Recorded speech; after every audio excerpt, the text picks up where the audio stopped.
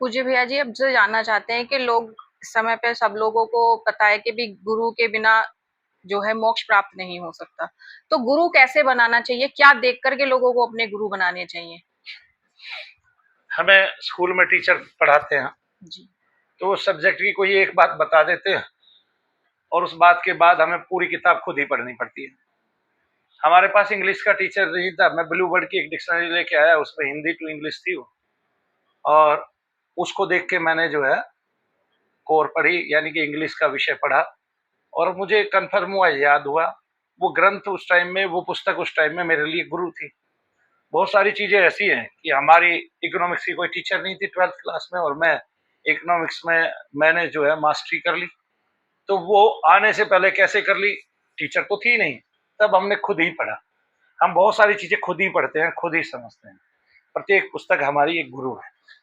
वेदांत की सारी पुस्तकें गुरु हैं। कोई आज आपको वेदांत की सीख देता है तो वो वेदांत की पुस्तक पढ़ के ही तो दे रहा है, उसमें विशिष्टता कुछ नहीं है, आप भी उसको सीख सकते हैं। आपकी जब ज्ञान की गांठें खुलने लग जाएंगी तो आप किसी भी चीज को गहनता से सुन सकते हैं।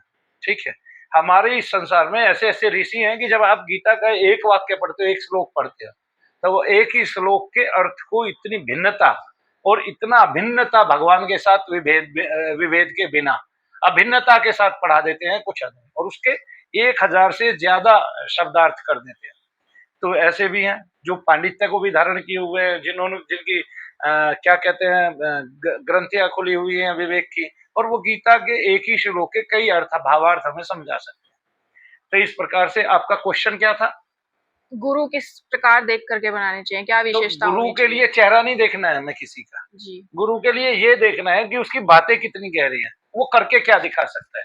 अगर कोई आपको ये कहता है कि मैं मंत्र पढ़ने वाला हूँ और मैं मंत्र से जो है इस तरह से मैं सार्थक कार्य करके दिखा सकता हूँ, तो अगर वो करके दिखा रहा है और सत्य को बता रहा है आपको, तो आपका गुरु हो सकता है। गुरु वो नहीं है जो आपको बता तो रहा है, करके कुछ दिखा नहीं रहा है। जो खुद कभी समाधि में नहीं गया, खुद अभी आंखें बंद कर रहा है, जोर लगा रहा है, पता चल रहा है करोड़ों लोग जुड़े हुए हैं और समाधि में जा ही नहीं पा रहा है, और खुद की जो है ना मस्तिष्क की ग्रंथियां फट गई हैं। ठीक है ना, तो ऐसा गुरु नहीं हो सकता। कल्याण संसार में हमारा इसलिए नहीं हो रहा है क्योंकि भारतवर्ष में अकाल पड़ गया है। और भारतवर्ष में क्या है कि जिसको पसीना आ रहा है, बगलों से बदबू आ रही है, नाक में मल भरा हुआ है, कान में मैल भरा हुआ है, वो आदमी रच बस के सुंदर श्रृंगार करके बहुत सारी मालाएं डाल के वो खुद को अवतार बताने लगता है, जिसके शरीर में से बदबू आती है, जबकि देवत्व तो केवल सुगंधित है।